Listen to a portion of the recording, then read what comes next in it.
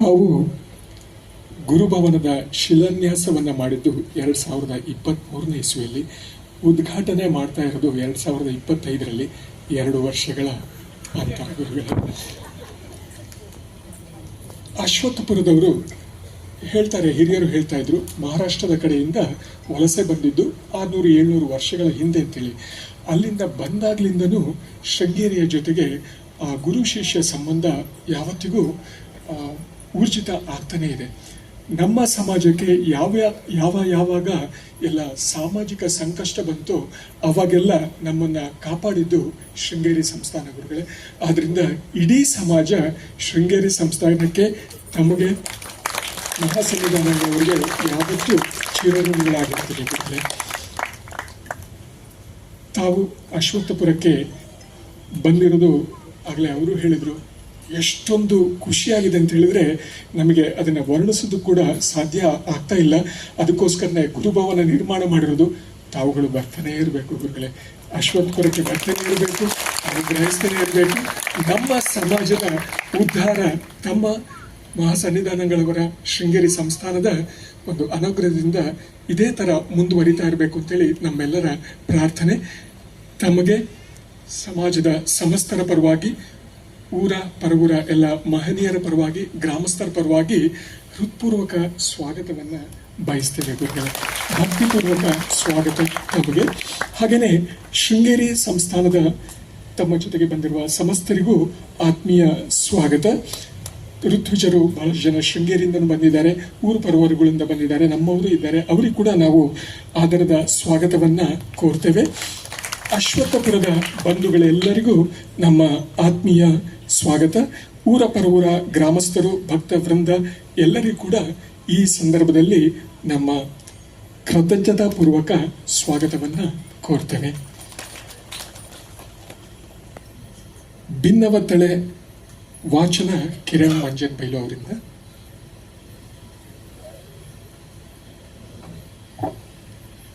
ಶ್ರೀರಾಮ ಸಮರ್ಥ. ಶ್ರೀಮತೆ ಶಂಕರಾರ್ಯಾಯ ಧೀಮತೇಮೃತ ಶಕ್ತಿಯೇ ನಮೋಸ್ತ್ವದ್ವೈತ ಸಿದ್ಧಾಂತ ಸ್ಥಾಪನೋಪಾತ್ತಮೂರ್ತಯೇ. ಭಾರತೀ ಕರುಣಾಪಾತ್ರಂ ಭಾರತೀ ಪದಭೂಷಣಂ ಭಾರತೀ ಪದಮಾರೂಢಂ ಭಾರತೀ ತೀರ್ಥಮಾಶ್ರಯ. ವಿದ್ಯಾ ವಿನಯ ಸಂಪನ್ನಂ ವೀತರಾಘಂ ವಿವೇಕಿನಂ ವಂದೇ ವೇದಾಂತ ತತ್ವಜ್ಞಂ ವಿಧುಶೇಖರ ಭಾರತೀಂ. ಶ್ರೀ ಗುರುಭ್ಯೋ ನಮಃ. ಶ್ರೀಮತ್ ಪರಮಹಂಸ ಪರಿವ್ರಾಜಕಾಚಾರ್ಯವರ್ಯ ಪದವಾಕ್ಯ ಪ್ರಮಾಣ ಪಾರಾವಾರ ಪಾರೀಣ ಯಮ ನಿಯಮಾಸನ ಪ್ರಾಣಾಯಾಮ ಪ್ರತ್ಯಾಹಾರ ಧಾರಣಾಧ್ಯಾನ ಸಮಾಧಿಷ್ಟಾಂಗ ಯೋಗಾನುಷ್ಠಾನನಿಷ್ಠ ತಪಶ್ಚಕ್ರವರ್ತಿ ಅನಾಧ್ಯ ವಿಚ್ಛಿನ್ನ ಶ್ರೀ ಶಂಕರಾಚಾರ್ಯ ಗುರುಪರಂಪರಾ ಪ್ರಾಪ್ತ ಷಡ್ದರ್ಶನ ಸ್ಥಾಪನಾಚಾರ್ಯ ವ್ಯಾಖ್ಯಾನ ಸಿಂಹಾಸನಾಧೀಶ್ವರ ಸಕಲ ನಿಗಮಾಗಮ ಸಾರ ಹೃದಯ ಸಾಂಖ್ಯತ್ರಯ ಪ್ರತಿಪಾದಕ ವೈದಿಕ ಮಾರ್ಗ ಪ್ರವರ್ತಕ ಸರ್ವತಂತ್ರ ಸ್ವತಂತ್ರ ಆದಿರಾಜಧಾನಿ ವಿದ್ಯಾನಗರ ಮಹಾರಾಜಧಾನಿ ಕರ್ನಾಟಕ ಸಿಂಹಾಸನ ಪ್ರತಿಷ್ಠಾಪನಾಚಾರ್ಯ ಶ್ರೀಮಧ್ರಾಜಾದಿರಾಜಗುರು ಭೂಮಂಡಲಾಚಾರ್ಯ ಋಷಶೃಂಗ ಪುರವರಾಧೀಶ್ವರ ತುಂಗಭದ್ರಾ ತೀರವಾಸಿ ಶ್ರೀಮದ್ವಿದ್ಯಾಶಂಕರ ಪಾದಪದ್ಮಾರಾಧಕ ಶ್ರೀ ಜಗದ್ಗುರು ಮಧುವಿನವ ವಿದ್ಯಾತೀರ್ಥ ಮಹಾಸ್ವಾಮಿ ಕರಕಮಲ ಸಂಜಾತರಾದ ಶ್ರೀಮದ್ ಜಗದ್ಗುರು ಶ್ರೀ ಶ್ರೀ ಭಾರತೀ ತೀರ್ಥ ಮಹಾಸನ್ನಿಧಾನಗಳವರು ಹಾಗೂ ತತ್ಕರಕಮಲ ಸಂಜಾತರಾದ ಶ್ರೀ ಶ್ರೀ ಜಗದ್ಗುರು ಶ್ರೀ ವಿಧುಶೇಖರ ಭಾರತೀ ಮಹಾಸನ್ನಿಧಾನಗಳವರ ಪರಮ ಪಾವನ ಚರಣಾರವಿಂದಗಳಿಗೆ ಭಕ್ತಿ ಶ್ರದ್ಧಾ ಪುರಸ್ಸರವಾಗಿ ಸಮರ್ಪಿಸುವ ಭಿನ್ನವತ್ತಳೆ. ಜಗದ್ಗುರುವರೆಣ್ಯರೇ, 3 ಕಡೆಗಳಲ್ಲಿ ಸಮುದ್ರದಿಂದ ಆವೃತವಾಗಿ ಒಂದು ದಿಗ್ಭಾಗದಲ್ಲಿ ಹಿಮಾಲಯ ಶ್ರೇಣಿಗಳ ಗಡಿಯನ್ನು ಹೊಂದಿರುವ ಭಾರತ ಜಗತ್ತಿನ ಅತ್ಯಂತ ಪ್ರಾಚೀನವಾದ ನಿತ್ಯ ನಿರಂತರವಾದ ಸನಾತನ ಧರ್ಮತ್ತವರು. ಪ್ರಪಂಚದ ಎಲ್ಲ ಭಾಗಗಳ ಮಾನವ ಜೀವಿ ಆಹಾರ ವಿಹಾರಗಳಲ್ಲಷ್ಟೇ ಜೀವಿಸುವುದನ್ನು ಕಲಿಯುತ್ತಿರುವ ಸಂದರ್ಭದಲ್ಲಿ ಅತ್ಯಮೋಘವಾದ ನಾಗರಿಕತೆಯನ್ನು ರೂಪಿಸಿಕೊಂಡು ಕಣ್ಣಿಗೆ ಕಾಣುವ ಕಾಣದಿರುವ ಅನುರೂಪದ ಮಹತ್ ಪರಿಮಾಣದ ಸ್ಥಿರವಾದ ಚರವಾದ ನಿತ್ಯಾನಿತ್ಯವಾದ ವಿಷಯಗಳೆಲ್ಲವನ್ನು ಪರೀಕ್ಷಿಸಿ ಈ ಜಗತ್ತಿನಲ್ಲಿ ವ್ಯಾಪಿಸಿರುವ ಸಕಲ ವಸ್ತುಗಳ ಸ್ವರೂಪವನ್ನು ಅವಲೋಕಿಸಿ ಪರಬ್ರಹ್ಮ ತತ್ವವನ್ನು ಪರಮಾರ್ಥದ ಪಥ ಎಂದು ಅರ್ಥೈಸಿಕೊಂಡವರ ವಿಶಿಷ್ಟ ಕರ್ಮಭೂಮಿ. ನಿದ್ರಾಹಾರಾದಿ ಶಾರೀರಿಕ ಉಪೋಗಾದಿಗಳೆಲ್ಲವನ್ನೂ ನಶ್ವರ ಎಂದು ತಿಳಿದುಕೊಂಡು ಮೋಕ್ಷ ಎಂಬ ಭಗವತ್ ಸಾಕ್ಷಾತ್ಕಾರವೇ ನಿಜ ಎಂದರಿತು ನಾನಾ ವಿಧವಾದ ರೂಪ ಆಕಾರಗಳಿಂದ ನಮಗೆ ಕಾಣುವ ದೇವರು ಎಂಬ ಶಕ್ತಿ, ಅದುವೇ ಪರಬ್ರಹ್ಮ ಎಂಬ ಸತ್ಯವನ್ನು ಪ್ರಪಂಚಕ್ಕೆ ಪರಿಚಯಿಸಿದ ತಪೋಭೂಮಿ ಭಾರತ. ವೇದಗಳೆಂಬ ಜ್ಞಾನರಾಶಿಯ ಪ್ರಾಮಾಣ್ಯವನ್ನು ಅಂಗೀಕರಿಸಿ ಕರ್ಮಕಾಂಡದ ಅಗತ್ಯವನ್ನು, ಮೋಕ್ಷ ಸಾಧನೆಗೆ ಕಾರಣೀಭೂತವಾದ ಜ್ಞಾನಕಾಂಡದ ಪಾರಮ್ಯ ಮತ್ತು ಮಾನವ ಜೀವಿಕೆಯ ಧಾರ್ಮಿಕ, ಆಧ್ಯಾತ್ಮಿಕ, ಸಾಮಾಜಿಕ ಮೌಲ್ಯಗಳನ್ನು ಅನುಸರಿಸಿಕೊಂಡು ಬಂದ ನಮ್ಮ ಪರಂಪರೆ ಸರ್ವೋತ್ಕೃಷ್ಟವಾದುದು. ನಮ್ಮ ಈ ಪರಂಪರೆಗೆ ಆಧಾರಭೂತವಾದ ವೇದಗಳ ಅರ್ಥವನ್ನು ಅನ್ಯತಾ ಗ್ರಹಿಸಿಕೊಂಡು ವೇದ ಹಾಗೂ ವೈದಿಕ ಮಾರ್ಗವನ್ನು ಹಳಿಯುವ ಸಂದರ್ಭ ಒದಗಿ ಬಂದಾಗ ಧರ್ಮಗ್ಲಾನಿಯ ಸಂದರ್ಭದಲ್ಲಿ ಸಾಧು ಜನರ ಸತ್ಪರಂಪರೆಯ ಸಂರಕ್ಷಣೆಗೆ ಅವತರಿಸುತ್ತೇನೆ ಎಂಬ ತನ್ನದೇ ಪ್ರತಿಜ್ಞೆಗೆ ಅನುಸಾರವಾಗಿ ಶ್ರೀ ಪರಮೇಶ್ವರ ಶ್ರೀ ಶ್ರೀ ಶಂಕರ ಭಗವತ್ಪಾದಾಚಾರ್ಯ ರೂಪದಲ್ಲಿ ಅವತರಿಸಿದ. ಶ್ರೀ ಶಂಕರ ಭಗವತ್ಪಾದರು ವೇದಗಳಿಂದ ಪ್ರತಿಪಾದ್ಯವಾದ ಅದ್ವೈತ ಸಿದ್ಧಾಂತವನ್ನು ಪ್ರಸ್ಥಾನತ್ರಯ ಭಾಷ್ಯಗಳ ಮೂಲಕವಾಗಿ ಲೋಕಮುಖಕ್ಕೆ ಪರಿಚಯಿಸಿ ಅತ್ಯುತ್ಕೃಷ್ಟವಾದ ಜ್ಞಾನರಾಶಿಯನ್ನು ಸರ್ವರಿಗೂ ಲಭ್ಯವಾಗುವಂತೆ ಭಾಷ್ಯ, ಪ್ರಕರಣ ಗ್ರಂಥಗಳು, ಸ್ತೋತ್ರಗಳು ಮೊದಲಾದವುಗಳನ್ನು ರಚಿಸಿ ಮಹದುಪಕಾರ ಮಾಡಿದ್ದಾರೆ. ಅಷ್ಟೇ ಅಲ್ಲದೆ ನಿರಂತರವಾಗಿ ಧರ್ಮ ಸಂರಕ್ಷಣೆಗಾಗಿ ಭಾರತದ 4 ದಿಕ್ಕುಗಳಲ್ಲಿ ಆಮ್ನಾಯ ಪೀಠಗಳನ್ನು ಸ್ಥಾಪಿಸಿ ಮಠಾಮ್ನಾಯ ಶಾಸನಗಳಿಂದ ಅದರ ಕರ್ತವ್ಯವನ್ನು ನಿರ್ಧರಿಸಿ ಸದಾಕಾಲವೂ ಧರ್ಮ ರಕ್ಷಣೆಯ ವ್ಯವಸ್ಥೆ ಮಾಡಿದ್ದಾರೆ. ಎಲ್ಲ ಶಾಸನಗಳನ್ನು ಅಕ್ಷರಶಃ ಪಾಲಿಸುತ್ತಾ ಸನಾತನ ಧರ್ಮದ ಪರಮೋಚ್ಚ ಸ್ಥಾನದಲ್ಲಿ ಇಂದು ದಕ್ಷಿಣಾಮ್ನಾಯ ಶ್ರೀ ಶೃಂಗೇರಿ ಶಾರದಾ ಪೀಠ ವಿರಾಜಮಾನವಾಗಿದೆ. ಅವಿಚ್ಛಿನ್ನ ಗುರುಪರಂಪರೆ ಸದಾ ಶಿಷ್ಯ ಜನರಿಗೆ ಧರ್ಮ ಮಾರ್ಗವನ್ನು ಉಪದೇಶಿಸುತ್ತಾ ಭಕ್ತ ಜನ ಸಮೂಹವನ್ನು ಸಲಹುತ್ತಿದೆ. ಪ್ರಸ್ತುತ ಶ್ರೀ ಶೃಂಗೇರಿ ಶಾರದಾ ಪೀಠದಲ್ಲಿ ವಿರಾಜಮಾನರಾಗಿರುವ ಅನಂತ ಶ್ರೀ ಭೂಷಿತ ಜಗದ್ಗುರು ಶ್ರೀ ಶ್ರೀ ಭಾರತೀತೀರ್ಥ ಮಹಾಸನ್ನಿಧಾನಗಳವರು ಮಹಾತಪಸ್ವಿಗಳು, ಶಿಷ್ಯ ವಾತ್ಸಲ್ಯ ತತ್ಪರರು, ಸಂಚರಿಯುವ ಪುಂಭಾಗದ ಶಾಲೆಯೂ ಆಗಿ ಸಕಲ ವಿಧವಾಗಿ ಸರ್ವ ಸಂಪತ್ಪ್ರದಾಯಕರಾಗಿ ನಮ್ಮನ್ನು ಅನುಗ್ರಹಿಸುತ್ತಿದ್ದಾರೆ. ಸುದೀರ್ಘವಾದ 50 ಸಂವತ್ಸರದ ಸನ್ಯಾಸ ಜೀವನವನ್ನು ಸನ್ಯಾಸ ಧರ್ಮಕ್ಕೆ ಅನ್ಯತಿರಿಕ್ತವಾಗಿ ಅನುಸರಿಸಿದ ಯತಿಶ್ರೇಷ್ಠರಾಗಿ ಜಗದ್ವಂದ್ಯ ಜಗದ್ಗುರುಗಳಾಗಿದ್ದಾರೆ.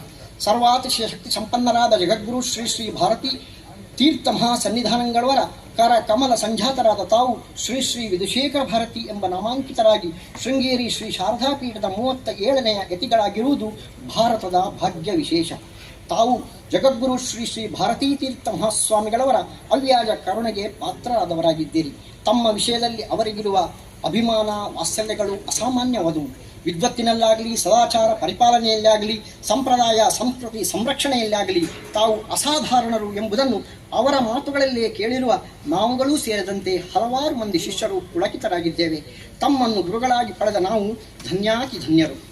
ಯತಿಶ್ರೇಷ್ಠರೇ, ಗುರು ಶಿಷ್ಯರಿಗೆ ವಸಿಷ್ಠರು ಮತ್ತು ಶ್ರೀರಾಮಚಂದ್ರ ಉಪಮೆ. ಆದರೆ ಪ್ರಸ್ತುತ ಅದನ್ನು ನಾವು ಶೃಂಗೇರಿಯಲ್ಲಿ ಪ್ರತ್ಯಕ್ಷ ಕಾಣುತ್ತಿದ್ದೇವೆ. ದಕ್ಷಿಣಾಮೂರ್ತಿ ಸ್ವರೂಪರಾದ ಜಗದ್ಗುರು ಶ್ರೀ ಶ್ರೀ ಭಾರತೀ ತೀರ್ಥರು ಮತ್ತವರ ಕರ ಕಮಲ ಸಂಜಾತರಾದ ತಾವು ಗುರು ಶಿಷ್ಯರಿಗೆ ಸುಸ್ಪಷ್ಟ ಉದಾಹರಣೆಯಾಗಿದ್ದೀರಿ. ಲೌಕಿಕ ವ್ಯವಹಾರ ಅಂಟಿಕೊಳ್ಳದೆ ಪಾರಮಾರ್ಥಿಕ ಚಿಂತನೆಯಲ್ಲಿ ತೊಡಗಿರುವ ಮಹಾಮಹಿಮರು ಶ್ರೀ ಶ್ರೀ ಭಾರತೀ ತೀರ್ಥ ಮಹಾಸ್ವಾಮಿಗಳವರು. ಬ್ರಹ್ಮಜ್ಞಾನ ದೊರಕಿದ ಮೇಲೆ ಉಳಿದೆಲ್ಲ ಗಮನವಾಗುತ್ತದೆ ಎಂಬುದಕ್ಕೆ ಈ ಕಾಲದ ಏಕೈಕ ನಿದರ್ಶನ ಶ್ರೀ ಶ್ರೀ ಜಗದ್ಗುರು ಶ್ರೀ ಭಾರತೀ ತೀರ್ಥ ಮಹಾಸ್ವಾಮಿಗಳವರು. ಗುರುಗಳ ಪೂರ್ಣಾಶೀರ್ವಾದದಿಂದ ಶ್ರೀಮಠದ ಸಮಸ್ತ ಜವಾಬ್ದಾರಿ ಜೊತೆಗೆ ಧಾರ್ಮಿಕ, ಸಾಮಾಜಿಕ ಕಾರ್ಯಕ್ರಮಗಳು ಹಾಗೂ ಶ್ರೀಮಠ ಹಾಗೂ ಭಕ್ತರ ನಡುವೆ ಸಂಪರ್ಕ ಏರ್ಪಡಿಸಲು ನೀಡುತ್ತಿರುವ ತಮ್ಮ ಮಾರ್ಗದರ್ಶನ ತಮ್ಮ ಕೃತಶಕ್ತಿಗೆ ಕನ್ನಡಿ.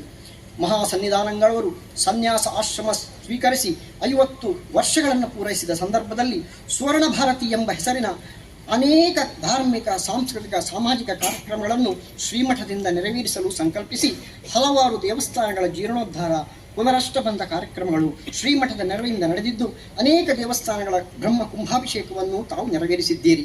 ಲೋಕ ಕಲ್ಯಾಣಾರ್ಥವಾಗಿ ವಿಶೇಷ ಪೂಜೆಗಳು, ಮಹಾರುದ್ರ, ಚಂಡಿಕಾಯಾಗ ಮೊದಲಾದ ಯಾಗಗಳ ಆಯೋಜನೆ, ವಿವಿಧ ಭಾಷೆಗಳಲ್ಲಿ ಭಾಗವತ ಸಪ್ತಾಹ, ಲೋಕೋದ್ಧಾರಕ್ಕಾಗಿ ಶ್ರೀ ವಿಷ್ಣು ಸಹಸ್ರನಾಮ ಪಾರಾಯಣ, ಸಾಮೂಹಿಕ ಸೌಂದರ್ಯ ಲಹರಿ ಪಾರಾಯಣ, ಶಾಂಕರ ಸ್ತೋತ್ರ ಪಠಣ, ವಿಶೇಷವಾಗಿ ಶ್ರೀ ಶಂಕರ ಸ್ತೋತ್ರ ವೈಭವ ಎಂಬ ಕಾರ್ಯಕ್ರಮದಲ್ಲಿ 3050ಕ್ಕೂ ಹೆಚ್ಚು ವಿದ್ಯಾರ್ಥಿಗಳಿಂದ ತೋಟಕಾಷ್ಟಕ ಹಾಗೂ ಜಗದ್ಗುರು ಶ್ರೀ ಶ್ರೀ ಭಾರತೀ ತೀರ್ಥ ಮಹಾಸ್ವಾಮಿ ವಿರಚಿತ ಶ್ರೀ ಶಂಕರ ಭಗವತ್ಪಾದಾಚಾರ್ಯ ಸ್ತವ ಸ್ತೋತ್ರಗಳ ಪಠಣ ನಡೆದಿರುವುದು ಅತ್ಯಮೋಘ ವಿಷಯ. ಜಗದ್ಗುರು ನಮನ ಶೀರ್ಷಿಕೆಯಡಿ ವಿಶೇಷ ಉಪನ್ಯಾಸ ಮಾಲಿಕೆಯ ಮೂಲಕ ಗುರುಭಕ್ತಿಯ ವಿವರಣೆ, ಸಂಸ್ಕೃತಾಂಧ್ರ, ಸಂಸ್ಕೃತ ಮತ್ತು ತೆಲುಗು ಸೇರಿದಂತೆ ಶತಾವಧಾನ ವಿದ್ವತ್ಗೋಷ್ಠಿ, ಭಾಷ್ಯ, ಭಾನುಪ್ರಭಾ ಇತ್ಯಾದಿ ಮಹೋನ್ನತ ಗ್ರಂಥಗಳ ಕುರಿತ ಚರ್ಚೆ, ಕೃಷ್ಣ ಯಜುರ್ವೇದೀಯ ಹವನಗಳು, ಚೆನ್ನೈಯಲ್ಲಿ ಶಂಕರ ವಿಜಯ ಶೀರ್ಷಿಕೆಯಡಿ ಜಗದ್ಗುರು ಆದಿಶಂಕರರ ಜೀವನ ಬೋಧನೆಗಳ ಪ್ರಚಾರ, ತೆಲುಗಿನಲ್ಲಿ ಶಂಕರರ ಜೀವನಾಧಾರಿತ ರೂಪಕಗಳ ಪ್ರದರ್ಶನ, ಸಾಂಸ್ಕೃತಿಕ ಮತ್ತು ಸಾಂಸ್ಕೃತಿಕ ಸಾಮಾಜಿಕ ಕ್ಷೇತ್ರಗಳಲ್ಲಿಯೂ ವಿವಿಧ ಕಾರ್ಯಕ್ರಮಗಳನ್ನು ಆಯೋಜಿಸಿ ಮುಖ್ಯವಾಗಿ ದಕ್ಷಿಣ ಭಾರತದ 60ಕ್ಕೂ ಹೆಚ್ಚು ಹೆಸರಾಂತ ಪ್ರತಿಭಾನ್ವಿತ ಸಂಗೀತ ವಿದ್ವಾಂಸರಿಂದ ಸಂಗೀತ ಸೇವೆ, ಅರ್ಧ ಶತಮಾನಕ್ಕೂ ಹೆಚ್ಚು ಕಾಲ ಜಗದ್ಗುರುಗಳಿಗೆ ಸೇವೆ ಸಲ್ಲಿಸಿರುವ ಭಾಗ್ಯವಂತ ಹಿರಿಯ ಗುರು ಸೇವಕರಿಗೆ ಗೌರವದ ಸಮ್ಮಾನ, ಸುಮಾರು 20,000 ವಿದ್ಯಾರ್ಥಿಗಳಿಗೆ ಶಾರದಾ ಪ್ರಸಾದ ಮಧ್ಯಾಹ್ನದ ಬಿಸಿಯೂಟ ವಿಸ್ತರಣೆ, ಬೆಂಗಳೂರು, ತಿರುಮಲ, ಚೆನ್ನೈ, ಮುಂಬೈ, ನವದೆಹಲಿ ಮೊದಲಾಡೆಗಳ ಶ್ರೀ ಶಾರದಾ ಪೀಠದ ಶಾಖೆಗಳಲ್ಲಿ ನಿತ್ಯ ಅನ್ನದಾನದ ವ್ಯವಸ್ಥೆ, ಬಡವರಿಗೆ ಮಳೆ ಗಾಳಿ ಚಳಿಯಿಂದ ರಕ್ಷಣೆಗೆ ಕಂಬಳಿ, ಛತ್ರಿ, ಜಾಕೆಟ್ ವಿತರಣೆ, ವಿದ್ಯಾರ್ಥಿಗಳು ಸೇರಿದಂತೆ ಸಾರ್ವಜನಿಕರಿಂದ ಗಿಡ ನೆಡುವಿಕೆ, 50,000 ಸಸಿಗಳ ವಿತರಣೆ, ಶೃಂಗೇರಿಯ ಗೋಶಾಲೆಯಲ್ಲಿ ಸುಮಾರು 300 ಗೋವುಗಳನ್ನು ರಕ್ಷಿಸಿ ಸಾಕಿ ಸಲಹುತ್ತಿರುವುದು ಉಲ್ಲೇಖನೀಯ. ವಿದ್ಯಾರ್ಥಿ ವೇತನ, ಬಡ ವಿದ್ಯಾರ್ಥಿಗಳ ಶಾಲಾ ಶುಲ್ಕ ಭರಣ, ಲೇಖನ ಸಾಮಗ್ರಿ ವಿತರಣೆ, ಶ್ರೀ ಅಭಿನವ ವಿದ್ಯಾತೀರ್ಥ ಆಸ್ಪತ್ರೆ ಮೂಲಕ ಉಚಿತ ನೇತ್ರ ತಪಾಸಣೆ ಹಾಗೂ ಕಣ್ಣಿನ ಪೊರೆಯ ಶಸ್ತ್ರಚಿಕಿತ್ಸೆ, ಉಚಿತ ವೈದ್ಯಕೀಯ ಪರೀಕ್ಷಣಾ ಶಿಬಿರಗಳು, ಗ್ರಾಮೀಣ ಪ್ರದೇಶಗಳಲ್ಲಿ ಆಯುರ್ವೇದ ಅಲೋಪತಿ ಸೇರಿದಂತೆ ಉಚಿತ ಆರೋಗ್ಯ ತಪಾಸಣಾ ಶಿಬಿರಗಳು, 50ಕ್ಕೂ ಹೆಚ್ಚು ದಿವ್ಯಾಂಗ ಸ್ತ್ರೀ ಪುರುಷರಿಗೆ ಉಚಿತ ಕೃತಕ ಅವಯವಗಳ ವಿತರಣೆ, ಡಯಾಲಿಸಿಸ್ ಸೌಲಭ್ಯ, ವೇದಶಾಸ್ತ್ರಗಳ ಪರಿರಕ್ಷಣೆ ಮತ್ತು ಪೋಷಣೆ ನಿಟ್ಟಿನಲ್ಲಿ 100 ವಿದ್ವಾಂಸರಿಗೆ ಸನ್ಮಾನ ಗೌರವ ಸಂಭಾವನೆ, ಸನಾತನ ಧರ್ಮದ ಉದ್ಧಾರ ರಕ್ಷಣೆ ಶಿಕ್ಷಣಕ್ಕಾಗಿ ವೇದಶಾಸ್ತ್ರ ಪಂಡಿತರಿಗೆ ಶ್ರೀ ಶಾರದಾ ಪೀಠದಿಂದ ಶಾಶ್ವತ ಬೆಂಬಲ, ಮುಂದಿನ ಪೀಳಿಗೆ ಧರ್ಮಾಭಿಮಾನ ಹೊಂದಬೇಕೆಂಬ ಮಹತ್ವಾಕಾಂಕ್ಷೆಯೊಂದಿಗೆ ಬಾಲಭಾರತಿ ಎಂಬ ಹೆಸರಿನ ಧರ್ಮ ಶಿಕ್ಷಣವನ್ನು ನೀಡುವ ಸಂಸ್ಥೆಯ ಸ್ಥಾಪನೆ, ಅನ್ಯ ಮತದ ಪ್ರಲೋಭನೆಯಿಂದ ಮತಾಂತರಗೊಂಡವರನ್ನು ಮರಳಿ ಮಾತೃಧರ್ಮಕ್ಕೆ ಕರೆತಂದು ಮತ್ತು ಅವರಿಗೆ ಆಶ್ರಯ ನೀಡುತ್ತಿರುವ ಸಂಸ್ಥೆಯೊಂದಕ್ಕೆ 50 ಲಕ್ಷ ರೂಪಾಯಿ ಸಹಾಯಧನ ನೀಡಿ ಹಿಂದೂ ಧರ್ಮದ ಸಾಮಾಜಿಕ ಸಂಘಟನೆಗೆ ಶ್ರೀಮಠದಿಂದ ಬಲ ನೀಡಿರುವುದು ಧರ್ಮಾಭಿಮಾನಕ್ಕೆ ಹಿಡಿದ ಕನ್ನಡಿ. ಶಾಂಕರ ಸ್ತೋತ್ರ ಪಠಣ ಕಾರ್ಯಕ್ರಮದಡಿ ಜಗದ್ಗುರು ಶ್ರೀ ಆದಿಶಂಕರಾಚಾರ್ಯರು ರಚಿಸಿದ ಕಲ್ಯಾಣ ವರ್ಷಿಸ್ತವ, ಶಿವ ಪಂಚಾಕ್ಷರ ನಕ್ಷತ್ರಮಾಲಾ ಸ್ತೋತ್ರ ಮತ್ತು ಲಕ್ಷ್ಮೀ ನರಸಿಂಹ ಕರಾವಲಂಬನ ಸ್ತೋತ್ರ ಎಂಬ ತ್ರಿವೇಣಿ ಸ್ತೋತ್ರಗಳ ಮಹಾಭಿಯಾನ ಆರಂಭಿಸಿ ಶ್ರೀಮಠದ ಶ್ರೀ ಶಾಂಕರ ತತ್ವಪ್ರಸಾರ ಅಭಿಯಾನದ ಮೂಲಕ ರಾಜ್ಯಾದ್ಯಂತದ ಶಾರದಾ ಶಂಕರ ಭಕ್ತಮಂಡಳಿ ಹಾಗೂ ಇತರ ಸಂಸ್ಥೆಗಳಲ್ಲಿ ಸ್ತೋತ್ರಗಳ ಕಲಿಕೆಗೆ ಪ್ರೇರಣೆ ನೀಡಿದ ತಾವು 2025 ಜನವರಿ 11ರಂದು ಶೃಂಗೇರಿಯಲ್ಲಿ ಸುಮಾರು 50,000ಕ್ಕೂ ಅಧಿಕ ಮಂದಿಯಿಂದ ಸ್ತೋತ್ರ ತ್ರಿವೇಣಿ ಕಾರ್ಯಕ್ರಮವನ್ನು ಅಭೂತಪೂರ್ವವಾಗಿ ಆಯೋಜಿಸಿ ಮಹಾಸನ್ನಿಧಾನಗಳವರ ದಿವ್ಯ ದರ್ಶನದ ಜೊತೆಗೆ ಅಮೃತವಾಣಿಯ ಅನುಗ್ರಹ ಮಾಡಿಸಿರುವುದು ಸ್ಮರಣೀಯವಾಗಿದೆ. ಈ ಐತಿಹಾಸಿಕ ಕಾರ್ಯಕ್ರಮದ ಯಶಸ್ಸಿನಲ್ಲಿ ಸೇವೆ ಸಲ್ಲಿಸಿದ ಪ್ರತಿಯೊಬ್ಬರನ್ನು ಅನುಗ್ರಹಿಸಿ ತಮ್ಮ ಸಂತೋಷ ವ್ಯಕ್ತಪಡಿಸಿ ತಾವು ವೇದಿಕೆಯಿಂದ ಇಳಿದು ಜನಸ್ತೋಮದತ್ತ ದಯಮಾಡಿಸಿರುವ ದೃಶ್ಯ ಇಂದಿಗೂ ರೋಮಾಂಚನ ಉಂಟು ಮಾಡುತ್ತಿದೆ. ಶ್ರೀ ಎಡತೊರೆ ಮಠದ ಸಹಯೋಗದೊಂದಿಗೆ ಬೆಂಗಳೂರಿನಲ್ಲಿ 2024 ಅಕ್ಟೋಬರ್ 26ರಂದು ನಡೆದ ಓಂ ನಮಃ ಶಿವಾಯ ಹೆಸರಿನ ಕಲ್ಯಾಣ ವೃಷ್ಟಿ ಮೊದಲಾದ 3 ಸ್ತೋತ್ರಗಳ ಸಮರ್ಪಣಾ ಕಾರ್ಯಕ್ರಮದಲ್ಲಿ ಸುಮಾರು 2 ಲಕ್ಷಕ್ಕೂ ಅಧಿಕ ಮಂದಿ ಭಾಗವಹಿಸಿ ಅದು ಗಿನ್ನೆಸ್ ದಾಖಲೆ ಮಾಡಿರುವುದು ನಮಗೆಲ್ಲರಿಗೂ ಹೆಮ್ಮೆಯ ಸಂಗತಿ. ಈ 2 ಕಾರ್ಯಕ್ರಮಗಳಲ್ಲಿ ನಮ್ಮ ಸಮಾಜದವರು ಭಾಗವಹಿಸಿರುವುದು ಸ್ಮರಣೀಯ ವಿಚಾರ. ಶ್ರೀ ಶಂಕರ ಭಗವತ್ಪಾದರ ಉಪದೇಶದಂತೆ ಭಗವಂತನ ಅವತಾರಗಳೆಲ್ಲವೂ ಪರಬ್ರಹ್ಮ ಸ್ವರೂಪವೇ ಆಗಿದೆ ಎನ್ನುವುದನ್ನು, ಮುಖ್ಯವಾಗಿ ಹರಿ ಮತ್ತು ಹರರಲ್ಲಿ ಯಾವುದೇ ಭೇದ ಇಲ್ಲ ಎಂಬ ತತ್ವವನ್ನು ಪ್ರಚಾರಪಡಿಸುವ ನಿಟ್ಟಿನಲ್ಲಿ ಹರಿಹರ ನಾಮಾಮೃತ ಅಭಿಯಾನದಡಿ ಶಿವ ಮತ್ತು ರಾಮನಾಮಗಳನ್ನು ಬರೆಯುವ ವಿಶೇಷ ಕಾರ್ಯಕ್ರಮ ಎಲ್ಲ ಮಠಗಳಿಗೂ ಮಾದರಿ. ಪ್ರಯಾಗರಾಜಲ್ಲಿ ನಡೆದ ಕುಂಭಮೇಳದ ಕೂಡ ಸೇರಿದಂತೆ ಉತ್ತರ ಭಾರತದ ಯಾತ್ರೆಯಲ್ಲಿ ತಾವು ಕೈಗೊಂಡ ಒಂದೊಂದು ಕಾರ್ಯಕ್ರಮಗಳು ಸ್ವರ್ಣಾಕ್ಷರದಲ್ಲಿ ಬರೆದಿಡುವಂಥದ್ದು. ಶೃಂಗೇರಿ ಶ್ರೀಮಠದ ಕೀರ್ತಿ ಧ್ವಜವನ್ನು ಇನ್ನಷ್ಟು ಎತ್ತರಕ್ಕೇರಿಸಿದ ಕೀರ್ತಿ ತಮ್ಮದು. ಅಯೋಧ್ಯೆಯಲ್ಲಿ ಶೃಂಗೇರಿ ಶಾಖಾಮಠ ಸ್ಥಾಪನೆಯ ಸಂತಸದ ಜೊತೆಗೆ ಅಯೋಧ್ಯೆಯ ಬಾಲರಾಮನನ್ನು ಸಂದರ್ಶಿಸಿದ ಆಮ್ನಾಯ ಪೀಠಗಳ ಮೊದಲ ಯತಿ ನಮ್ಮ ಶೃಂಗೇರಿ ಜಗದ್ಗುರುಗಳು ಎಂಬುದು ನಮ್ಮೆಲ್ಲರಿಗೆ ಅತೀವ ಸಂತಸ ನೀಡುವ ಸಂಗತಿ. ಜೊತೆಗೆ ಲೋಕ ಕಲ್ಯಾಣಾರ್ಥವಾಗಿ ಅಯೋಧ್ಯೆಯ ರಾಮ ಮಂದಿರದಲ್ಲಿ ಶ್ರೀ ಚಂದ್ರಮೌಳೀಶ್ವರ ಪೂಜೆ ನೆರವೇರಿಸಿರುವುದು ಆಸ್ತಿಕ ಮಹಾಜನರೆಲ್ಲರಿಗೂ ಖುಷಿ ತಂದಿದೆ. ವಜ್ರೋತ್ಸವ ಭಾರತಿ ಹೆಸರಿನಲ್ಲಿ ಮಹಾಸನ್ನಿಧಾನಗಳವರ 75ನೇ ವರ್ಧಂತಿ ಮಹೋತ್ಸವವನ್ನು ಸ್ಮರಣೀಯವಾಗಿಸುವುದು ತಮ್ಮ ಗುರುಭಕ್ತಿಗೆ ಸಾಕ್ಷಾತ್ ಉದಾಹರಣೆ. ಭಕ್ತ ಚಿತ್ತಾಪಹಾರಕರೆ ಶ್ರೀ ಕ್ಷೇತ್ರ ಅಶ್ವತ್ಥಪುರ ಮತ್ತು ದಕ್ಷಿಣಾಮ್ನಾಯ ಶೃಂಗೇರಿ ಶ್ರೀ ಶಾರದಾ ಪೀಠಕ್ಕಿರುವ ಸಂಬಂಧ ತುಂಬ ಪ್ರಾಚೀನವಾದುದು. ತಮ್ಮ ಗುರುವರೇಣ್ಯರಾದ ಜಗದ್ಗುರು ಶ್ರೀ ಶ್ರೀ ಭಾರತೀ ತೀರ್ಥ ಮಹಾಸನ್ನಿಧಾನಗಳವರು ಈ ಕ್ಷೇತ್ರದ ಕುರಿತು ಅತಿಶಯವಾದ ಅಭಿಮಾನ ತಳೆದವರಾಗಿ ಆಗಾಗ ಪಾದಾರ್ಪಣೆಗೈದು ನಮ್ಮೆಲ್ಲರನ್ನು ಅನುಗ್ರಹಿಸಿರುವುದು ನಮ್ಮಗಳ ಸುಕೃತದ ವಿಶೇಷವೇ ಸರಿ.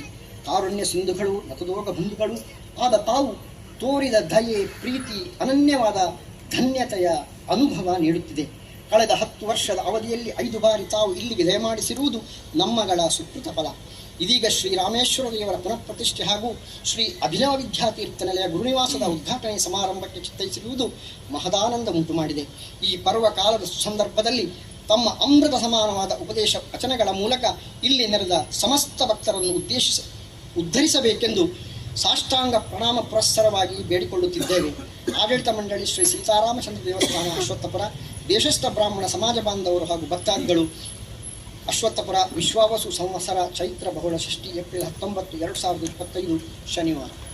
ಮಾರ್ಪಣೆ.